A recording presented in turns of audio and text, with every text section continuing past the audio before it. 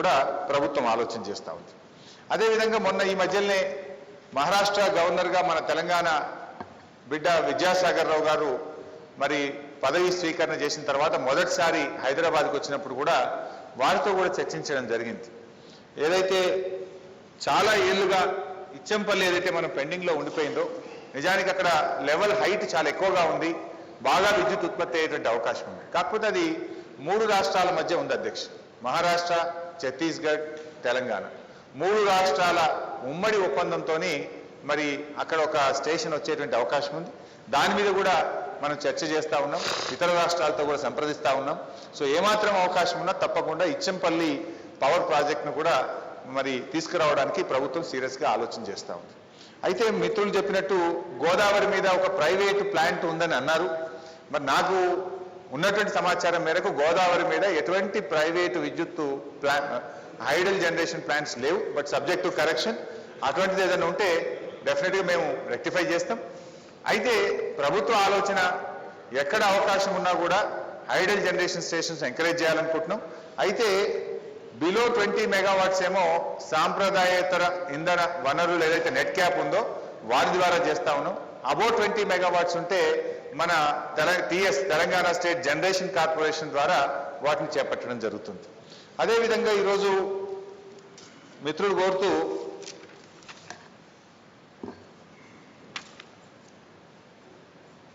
ఖమ్మం జిల్లా గ్రానైట్ కూడా తెచ్చినారు. సబ్జెక్ట్ దీనికి సంబంధం లేకపోయినప్పటికీ యూనిట్లు మూతపడుతున్నాయని. దాంట్లో పవరు ఒక సమస్య ఉంది, వాళ్లకు మైన్స్ కూడా లేక కూడా కొంత ఇబ్బంది పడతా ఉన్నారు. దాన్ని కూడా ఈ మధ్యలో మేము ఆలోచన చేసి, ఎందుకంటే ఎన్ఓసీస్ జిల్లా కలెక్టర్ ద్వారా ఉండడం ద్వారా కొంత ఇబ్బంది అవుతుందనేటువంటిది మా దృష్టికి ఖమ్మం గ్రానైట్ అసోసియేషన్ తెచ్చినటువంటి క్రమంలో అప్ టు 5 హెక్టార్స్ అది తహసీల్దార్ లెవెల్లోనే ఎన్ఓసీ ఇచ్చే విధంగా ప్రభుత్వం చర్యలు తీసుకున్నది. అంటే దాంట్లో 2 ఇష్యూస్ ఉన్నాయి. ఒకటి రా మెటీరియల్ దొరకడం లేదు, 2 పవర్ ఇష్యూ ఉంది. సో రా మెటీరియల్కి సంబంధించి గతంలో జిల్లా కలెక్టర్లు ఎన్ఓసీ ఉండడం వల్ల చాలా ఇబ్బంది పడతా ఉన్నారు కనుక దాన్ని తహసీల్దార్లకు మార్చడం ద్వారా రా మెటీరియల్ని అందుబాటులో తీసుకొచ్చేటువంటిది ఒక నిర్ణయం తీసుకున్నాం. అదేవిధంగా స్లాబ్ సిస్టమ్ను కూడా మరింత సులభతరం చేసి ఖమ్మం జిల్లా గ్రానైట్ ఇండస్ట్రీని ఆదుకోవడానికి కూడా ప్రయత్నం చేస్తా ఉన్నాం. ఎందుకంటే ఆ మైన్స్ మినిస్టర్ కూడా నేనే చూస్తున్నా కనుక గౌరవ సభ్యుల సమాచారం కోసం చెప్తా ఉన్నాం అధ్యక్ష. పవర్ విషయంలో కూడా ప్రభుత్వం మొన్న కొంచెం పంటలు ఎండిపోతున్నటువంటి పరిస్థితుల్లో 2 రోజులు పవర్ హాలిడే ఇండస్ట్రీస్ ప్రకటించిన కొద్దిగా రిలీఫ్ దొరికిన వెంటనే ప్రైవేట్ రంగంలో మనకు బయట విద్యుత్తు కొనడానికి అవకాశం దొరికిన వెంటనే అధిక ధరకైనా కొని మళ్ళీ ఇండస్ట్రియల్ కట్ ఏదైతే ఉందో 2 రోజుల నుంచి 1 రోజుకు తగ్గించి ఇండస్ట్రీని కూడా కాపాడడం కోసం ప్రభుత్వం ప్రయత్నం చేస్తూ ఉంది అధ్యక్ష. తర్వాత మిత్రులు ప్లాంట్ లోడ్ ఫ్యాక్టర్ బాగా లేదని అన్నారు. బట్ నిజానికి చెప్పాలంటే తెలంగాణ రాష్ట్రంలో మేము జెన్కో మీద బాగా ఒత్తిడి పెంచి, మా ప్రభాకర్ రావు గారు వారు అన్నట్టుగా చాలా ఎఫిషియెంట్ ఆఫీసర్, వారి మీద చాలా ఒత్తిడి పెంచి మొన్న ఈ మధ్య కాలంలో అయితే ఒక 4 రోజుల క్రితం భూపాలపల్లి 99% PLF వచ్చింది. ఈవెన్ కొత్తగూడెం కానీ పాల్వంచలో కానీ మేము దాదాపుగా గతంలో కంటే 8 నుంచి 9% PLF గత 4 మాసాల్లో అధికంగా సాధించినాం గత సంవత్సరం కంటే.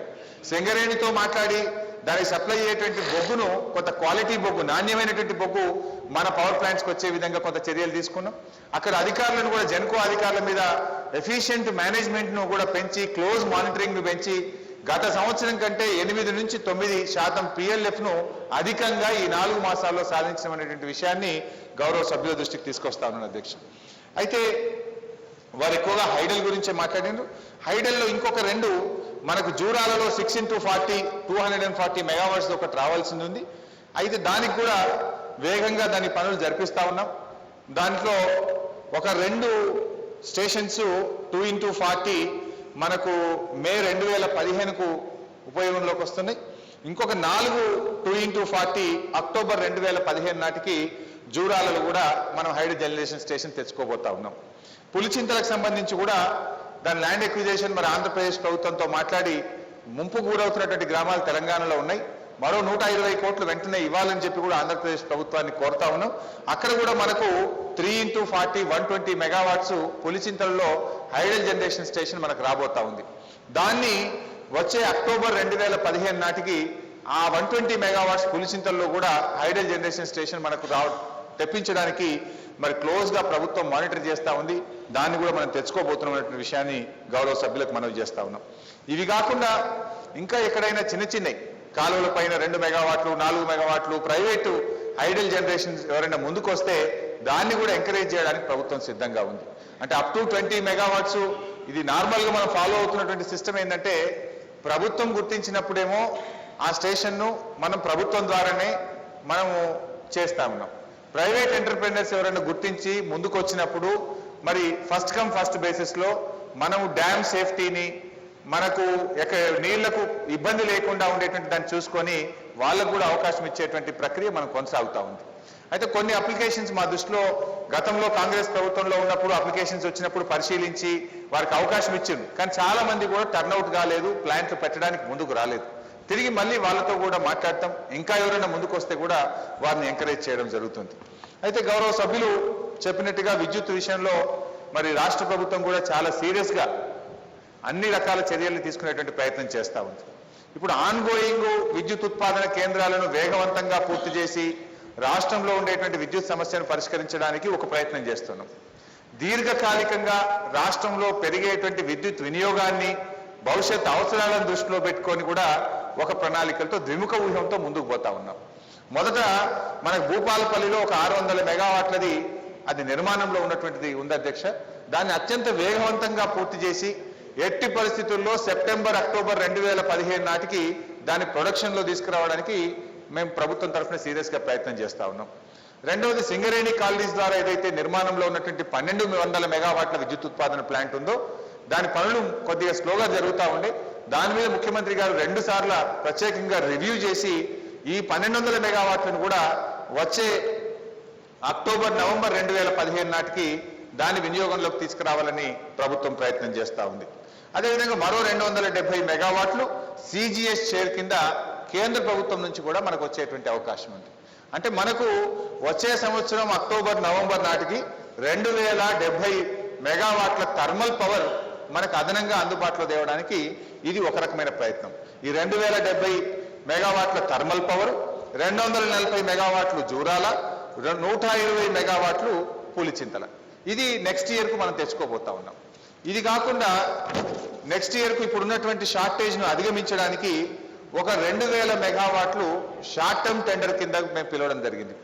షార్ట్ టర్మ్ కింద మే 2015 నుంచి ఏప్రిల్ 2016 వరకు విద్యుత్ సరఫరా చేసేటువంటి పార్టీలు ఎవరైతే ఉంటే మీరు బిడ్లో పాల్గొనండి అని చెప్పి ఓ 2000 మెగావాట్లకు షార్ట్ టర్మ్ టెండర్స్ కూడా పిలిచినాం. అది స్క్రూటినీలో ఉన్నది అధ్యక్ష. ఇది ఇమీడియట్గా వచ్చే సంవత్సరానికి ఈ రాష్ట్రంలో ఉండేటువంటి విద్యుత్ సమస్యను మరి ప్రజలను బయట వేయడానికి, రైతుల్ని కాపాడుకోవడానికి, పారిశ్రామికవేత్తల్ని కాపాడుకోవడానికి చేస్తున్నటువంటి ప్రయత్నం అధ్యక్ష. ఇకపోతే దీర్ఘకాలికంగా ఏదైతే రాష్ట్రాల పునర్విభజన చట్టం కింద కేంద్ర ప్రభుత్వం మనకు 4000 మెగావాట్ల విద్యుత్ ప్లాంటు మరి ఆ రోజు చెప్పడం జరిగిందో దాన్ని అత్యంత వేగంగా పూర్తి చేయడానికి మా ముఖ్యమంత్రి గారు ఢిల్లీకి వెళ్ళినప్పుడు ప్రధానమంత్రి నరేంద్ర మోడీ గారిని కలిసి దాన్ని వెంటనే పూర్తి చేయాలని చెప్పుకోవడం జరిగింది.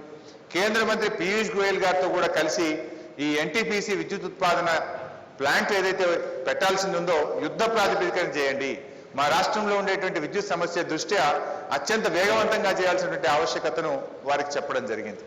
ఎన్టీపీసీ చైర్మన్ గారిని కూడా 3 సార్లు ఢిల్లీలో ఒకసారి కలిసినారు వెళ్ళినప్పుడు, ఇక్కడికి కూడా 3 సార్లు వారిని పిలుచుకొని చౌదరి గారితో ముఖ్యమంత్రి గారు కూడా మాట్లాడినారు. ఈ మధ్యలో నేను వెళ్ళినప్పుడు కూడా కలిసి రావడం జరిగింది.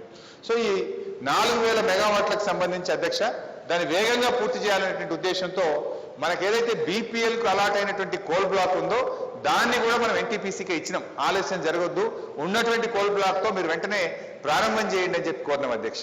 అదేవిధంగా బీపీఎల్ ల్యాండ్ ఏదైతే ఉందో ల్యాండ్ కూడా వారికి ఇచ్చినాం.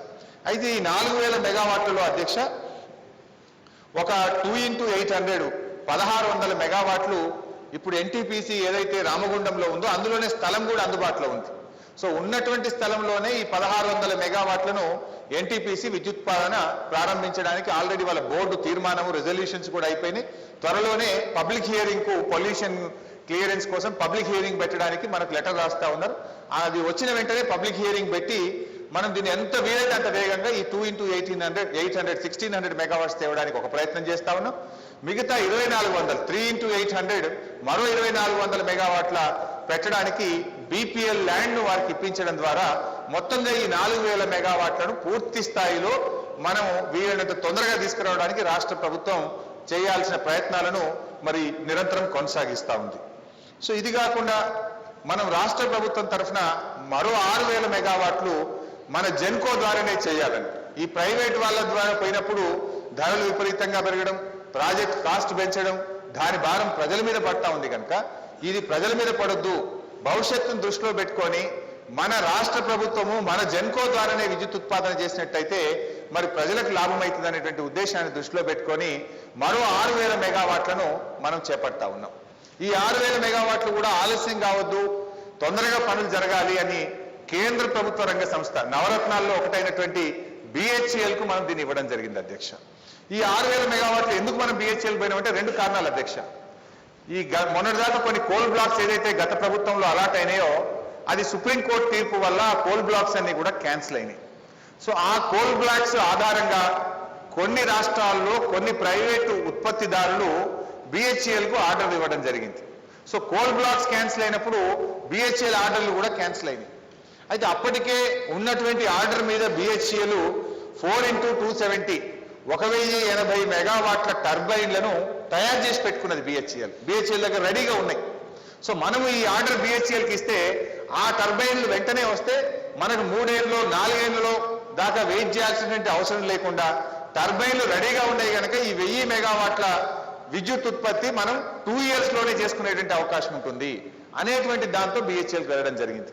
అందువల్ల ఇప్పుడు ఈ 1080 మెగావాట్స్ ఏదైతే 4x270 ఉందో దీనికి మనుగూరులో ముఖ్యమంత్రి గారు ప్రత్యేకంగా డే టు డే రివ్యూ చేసి గౌరవ ముఖ్యమంత్రి గారు 1031 ఎకరాల ల్యాండ్ కూడా మేము BHELకి హ్యాండ్ ఓవర్ చేయడం జరిగింది. ల్యాండ్ ఇచ్చినాం, టర్బైన్స్ రెడీగా ఉన్నాయి, దానికి కోల్ బ్లాక్స్ కూడా మనకు అలాట్ అయి ఉన్నాయి. ఎక్కడంటే మన కోల్ బ్లాక్స్ సిల్వేరి బెల్వార్లో మనకు మధ్యప్రదేశ్లో ఒక కోల్ బ్లాక్ ఉంది. అదేవిధంగా నౌపారా ఒరిస్సాలో కూడా 170 మిలియన్ టన్నులకు సంబంధించినటువంటి కోల్ బ్లాక్ ఉంది. సో ఈ కోల్ బ్లాక్స్ ఉపయోగించుకుంటూ ఇంకా తక్కువైనప్పుడు ఇంపోర్టెడ్ కోల్ ఉపయోగించుకుంటూ ఈ 6,000 మెగావాట్ల విద్యుత్ ఉత్పాదన ప్లాంట్లు మనం BHEL ఆధ్వర్యంలో తెచ్చుకోబోతా ఉన్నాం. సో ఈ 1070 మెగావాట్లకు అవసరమైన ల్యాండ్ రెడీగా ఉంది, కోల్ అలాట్మెంట్ రెడీగా ఉంది, టర్బైన్స్ కూడా రెడీగా ఉన్నాయి కనుక 2 ఇయర్స్ లోగా దీన్ని తేవడానికి ప్రభుత్వం ప్రయత్నం చేస్తూ ఉంది. మరో 1x800 మెగావాట్స్ కొత్తగూడెంలో ఇప్పుడు ఉన్నటువంటి చోటనే మనకు ల్యాండ్ కూడా అవైలబుల్ ఉంది కనుక అక్కడ టర్బైన్స్ కూడా రెడీగా ఉన్నాయి కనుక అక్కడ పబ్లిక్ హియరింగ్ కూడా అయిపోయింది. ఆ 1x800 మెగావాట్స్ కొత్తగూడెంలో తీసుకురాబోతా ఉన్నాం. అంటే మనకు 1080 + 800 అంటే 1880 మెగావాట్లు 2 ఏళ్లలోగా తేవడానికి ప్రభుత్వం తరఫున మరి అన్ని ప్రయత్నాలు ల్యాండ్ అలాట్మెంట్స్తో సహా జరిగిపోయింది. ఇక మిగతా దానికి అంటే 6,000లో ఈ 1880 మెగావాట్లు పోను, మిగతాది మరి స్థాపించడానికి ప్రభుత్వం మనుగూరు, రామగుండం, భూపాలపల్లిలో స్థలాలను అన్వేషిస్తా ఉన్నాం. ఎక్కడ స్థలం దొరికితే అక్కడ తీసుకొని మిగతాయి కూడా వీలైనంత తొందరగా ప్రభుత్వం తీసుకురావడానికి ప్రయత్నం చేస్తుంది. అదేవిధంగా మరో 2,000 మెగావాట్లు medium term come long term కింద 7 సంవత్సరాల పాటు కరెంటు కొనడానికి మనం దానికి కూడా టెండర్లు పిలిచినాం. అంటే ఇంకో 2,000 మెగావాట్లు 7 ఇయర్స్ మేము కొంటాము, మీరు ఏ ధరకిస్తారో ఇవ్వండి అని చెప్పి ప్రైవేట్ విద్యుత్ ఉత్పత్తిదారుల నుంచి టెండర్లు పిలిచినాం. అది లాస్ట్ డేట్ నిన్న మొన్ననే అయిపోయింది. దాన్ని కూడా ప్రభుత్వం సీరియస్గా టేకప్ చేపట్టడం జరిగింది. అదేవిధంగా మరో 500 మెగావాట్లు సోలార్ పవర్ కోసం కూడా టెండర్లు పిలిచినాం. నిన్ననే బిడ్స్ కూడా ఓపెన్ చేసినారు. ₹6.45 నుంచి ₹9.99 వరకు దాదాపు 1930 మెగావాట్లకు ప్రైవేటు విద్యుత్ ఉత్పత్తిదారులు ముందుకొచ్చినారు. అయితే ఇందులో దాదాపు 1000 మెగావాట్ల వరకు ₹6.99 వరకే వచ్చింది. ₹6.45 నుంచి ₹6.99 వరకు 1000 మెగావాట్ల వరకు సోలార్లో మేము విద్యుత్ ఉత్పాదన ప్లాంట్లు పెడతామని చెప్పి దాదాపు 1000 మెగావాట్ల వరకు ముందుకొచ్చినారు. ప్రభుత్వం ఆలోచిస్తూ ఉంది దీన్ని. మనం ముందుగా టెండర్లు అయితే 500 మెగావాట్లకే పిలిచినాం. ఒకవేళ ప్రైవేట్ విద్యుత్ ఉత్పత్తిదారులు ముందుకు వచ్చినట్టయితే దీన్ని 1000కి కానీ 1500, 2000 వరకు కూడా పెంచుదామనేటువంటి ఆలోచనలో గౌరవ ముఖ్యమంత్రి గారు ఉన్నారు. అంటే సోలార్ పవర్ కూడా బాగా ఎంకరేజ్ చేసే విషయంలో ప్రభుత్వం ఆలోచన చేస్తూ ఉంది. అదేవిధంగా కేంద్ర ప్రభుత్వ సహకారంతో మహబూబ్ నగర్ జిల్లా గద్వాల నియోజకవర్గం గట్టులో కూడా మరో 1000 మెగావాట్లు తెలంగాణ ఇండస్ట్రియల్ ఇన్ఫ్రాస్ట్రక్చర్ కార్పొరేషన్ మరియు కేంద్ర ప్రభుత్వం ఇద్దరి మధ్య ఉమ్మడిగా మరో 1000 మెగావాట్ల విద్యుత్ ఉత్పాదన సోలార్ విద్యుత్ ఉత్పాదన ప్లాంటు మహబూబ్ నగర్ జిల్లా గట్టులో కూడా ప్రభుత్వం ప్రణాళికల్ని తయారు చేసుకొని ముందుకు పోతా ఉంది. అక్కడ ల్యాండ్ ఐడెంటిఫికేషన్ అయిపోయింది. కేంద్ర ప్రభుత్వంతో చర్చలు జరుగుతూ ఉన్నాయి. ఇది కాకుండా మరో 1000 మెగావాట్లు ఈ మధ్యనే గౌరవ ముఖ్యమంత్రి గారు ఛత్తీస్గఢ్కు వెళ్ళి అగ్రిమెంట్ చేసుకోవడం జరిగింది. దీని విషయంలో కూడా సభ్య యొక్క క్లారిటీ కోసం నేను చెప్పే ప్రయత్నం చేస్తున్నా. మరి ఛత్తీస్గఢ్తో మీరు ఒప్పందం చేసుకున్నారు, లైన్లే లేవు కదా, కరెంట్ ఎట్లా వస్తుంది అని ఒక సభ్యుడు అడిగే అవకాశం ఉంటుంది. దీనికి సంబంధించి అధ్యక్ష 2 అవకాశాలు మనను పరిశీలిస్తా ఉన్నాం. ఒకటి, మొట్టమొదటిగా మనము power grid corporation of India వాళ్ళు వార్దా నుంచి డిచ్పల్లికి ఒక లైన్ వేయడం జరుగుతూ ఉంది. దానికి ఇప్పటికే టెండర్లు పిలిచినారు. 16 నుంచి 18 నెలల కాలంలో దాన్ని పూర్తి చేస్తామని చెప్పి వారు చెప్పడం జరుగుతూ ఉంది. దాంట్లో భాగంగా మన నిజామాబాద్ జిల్లా డిచ్పల్లిలో 72 ఎకరాల స్థలం కావాలని కూడా మన రాష్ట్ర ప్రభుత్వాన్ని కోరితే ఆ స్థలాన్ని కూడా మనం వెంటనే వారికి ఇవ్వడం జరిగింది. అంటే వేగంగా ఆ లైన్ పూర్తి కావాలని. సో పీజీసీఐఎల్ వేసినటువంటి ఆ లైన్లో మనము కారిడార్ బుక్ చేసుకోవాలంటే రూల్ ఏంటంటే ఖచ్చితంగా ఏదైనా ప్రభుత్వంతో కానీ ప్రైవేటు ఉత్పత్తిదారుడితో మీరు అగ్రిమెంట్ ఉన్నటువంటి వాళ్ళకి మాత్రమే ఆ పీజీసీఐఎల్లో మనం గ్రిడ్ బుక్ చేసుకునేటువంటి అవకాశం ఉంటుంది. అంటే వాళ్ళ ఉద్దేశం ఏంది? పవర్ గ్రిడ్ కార్పొరేషన్ ఆఫ్ ఇండియాది ఎవరు బట్టి వాళ్ళు లైన్ బుక్ చేసుకొని అసలు మీకు విద్యుత్ ఒప్పందమే లేకపోతే అది వేస్ట్ కావద్దు, వేల కోట్ల రూపాయలు ఖర్చు పెట్టినప్పుడు అది ఉపయోగంలో రావాలనే ఉద్దేశంతో ఆల్రెడీ అగ్రిమెంట్ ఉన్నటువంటి వాళ్ళకి మాత్రమే అక్కడ బుక్ చేసుకునే అవకాశం ఉంటుంది. గతంలో సదరన్ కారిడార్లో వచ్చినప్పుడు అప్పుడు గౌరవ ముఖ్యమంత్రిగా అప్పుడు కిరణ్ కుమార్ రెడ్డి గారు ఉన్నప్పుడు మనకు ఇతర రాష్ట్రాలతో ఒప్పందం లేకపోవడం వల్ల మనం అందులో 1 మెగావాట్ కూడా బుక్ చేసుకోలేదు. ఆ రోజు మనం బుక్ చేసుకోకపోవడం వల్ల మొత్తం 2000 మెగావాట్లు తమిళనాడే బుక్ చేసుకున్నది. మొత్తం కరెంటు ఇలా తమిళనాడుకే దాంట్లో వెళ్ళిపోయింది. ఆ రోజు బుక్ చేసి ఉంటే ఇంత క్రైసిస్ ఉండేది కాదు. సో ముందు జాగ్రత్తతో, ముందు వ్యూహంతో ఇవాళ ఛత్తీస్గఢ్తో మనం ఒప్పందం చేసుకున్నాం. వార్దా టు డిచ్పల్లి వచ్చేటువంటిది 16 నుంచి 18 నెలల కాలంలో వచ్చే అవకాశం ఉంటుంది కనుక దాని ద్వారా మనం కరెంట్ తెచ్చుకునేటువంటి అవకాశం ఒకటి ఉంది. రెండోది, పలాస నుంచి ఒక లైను ఆల్రెడీ ఉన్నది. అయితే అందులో 220 కేవీకి సంబంధించినటువంటి లైన్ అది. దాంట్లో కొన్ని టవర్స్ పేల్చేసినారు గతంలో. మరి ఆ టవర్లు ఏమైనా రిస్టోర్ చేసుకుంటే వెంటనే తెచ్చుకునేటువంటి అవకాశాన్ని కూడా మనం పరిశీలించడం జరుగుతూ ఉంది. దాని మీద ఒక టెక్నికల్ ఎక్స్పర్ట్స్ కమిటీ వేసి ఆ లైన్ను ఎగ్జామిన్ చేయాల్సిందిగా గౌరవ ముఖ్యమంత్రి గారు ఆదేశించినారు. ఒకవేళ దాన్ని ఇమీడియట్గా రెక్టిఫై చేసుకోగలిగితే కొద్దిపాటి డబ్బుతో గిట్ట తెచ్చుకునే అవకాశం ఉంటే వెంటనే కూడా ఈ ఛత్తీస్గఢ్ నుంచి 1000 మెగావాట్లు తెచ్చుకునే అవకాశం ఉంటుంది. అది లేనప్పుడు కూడా మనం వార్దా టు డిచ్పల్లి దాంట్లో బుక్ చేసుకుంటాం. వాస్తవానికి ఇంకో 1000 మెగావాట్లు కావాలని కూడా మనం ఛత్తీస్గఢ్ని కోరుతా ఉన్నాం. అయితే వాళ్ళకు కూడా ఈ మధ్యలో కొన్ని కోల్ బ్లాక్స్ క్యాన్సిల్ కావడం వల్ల కొంత ఇబ్బంది వచ్చింది. సో 1000 అయితే తప్పకుండా ఇవ్వడానికి ఆల్రెడీ అగ్రిమెంట్ అయిపోయింది. మరో 1000 మెగావాట్లు కూడా మా రాష్ట్ర ప్రభుత్వం మీ దగ్గర కొనడానికి సిద్ధంగా ఉందనేటువంటి ప్రతిపాదన కూడా ఛత్తీస్గఢ్ దగ్గర పెట్టినాం. వాళ్ళు త్వరలోనే దాని విషయం మీద కూడా క్లారిటీ ఇస్తామన్నారు. ఒకవేళ వాళ్ళు ముందుకు వచ్చినట్టయితే మరో 1000 మెగావాట్లు కూడా మనం ఛత్తీస్గఢ్ నుంచి కొనడానికి ప్రభుత్వం ప్రయత్నం చేస్తూ ఉంది.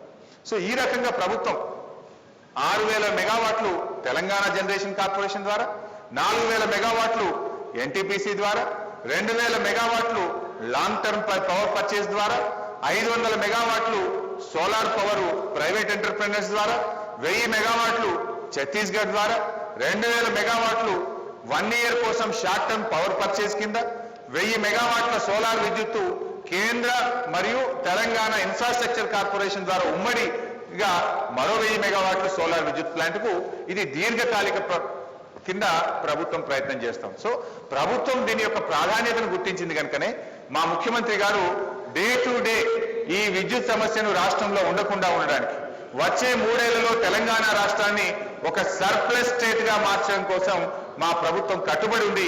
ఆ దిశగా ప్రయత్నం చేస్తాం. గౌరవ సభ్యులు సుధాకర్ రెడ్డి గారు కోరిన విధంగా హైడల్ జనరేషన్ లో కూడా ఉన్న ప్రతి చిన్న అవకాశాన్ని కూడా మేము ఎక్స్ప్లోర్ చేస్తాం. కృష్ణా పరివాహక ప్రాంతంలో అవకాశాలు దాదాపుగా ఎగ్జాస్ట్ అయినాయి. గోదావరి పరివాహక ప్రాంతంలో ఉండేటువంటి దాని మీద గౌరవ సభ్యులు చెప్పినట్టు విధంగా అవసరమైతే ఒక ఎక్స్పర్ట్ కమిటీని, ఒక ఇంజనీర్స్ కమిటీని కాన్స్టిట్యూట్ చేసి మరి మన తెలంగాణ సరిహద్దులో గోదావరి నది ప్రవహించేటువంటి మొత్తం మీద కూడా స్టడీ చేసి ఉన్న ప్రతి అవకాశాన్ని, అంటే అవకాశాలు ఉండడం వేరే అధ్యక్ష, దాని కాస్ట్ బెనిఫిట్ రేషియో కూడా చూసుకోవాల్సి వస్తుంది. మరి 10 రూపాయల యూనిట్ 12 రూపాయల యూనిట్ పడ్డప్పుడు మనం వెళ్ళలేము అధ్యక్ష. సో ఆ కాస్ట్ బెనిఫిట్ రేషియోను కూడా స్టడీ చేసి అవకాశం ఉన్న ప్రతి చోట కూడా జల విద్యుత్ ఉత్పాదనకు తెలంగాణ ప్రభుత్వం మరి ప్రయత్నం చేస్తుంది. దాని మీద ఎందుకంటే సోలార్ పవర్ కానీ, హైడల్ పవర్ కానీ, థర్మల్ పవర్ కానీ అన్ని అవకాశాలను కూడా సద్వినియోగం చేసుకోవాలి. అన్ని అవకాశాలను కూడా పరిశీలించే దిశగా మా ప్రభుత్వం ముందుకు వెళ్తుందని గౌరవ సభ్యులకు తెలియజేస్తాను. అధ్యక్ష.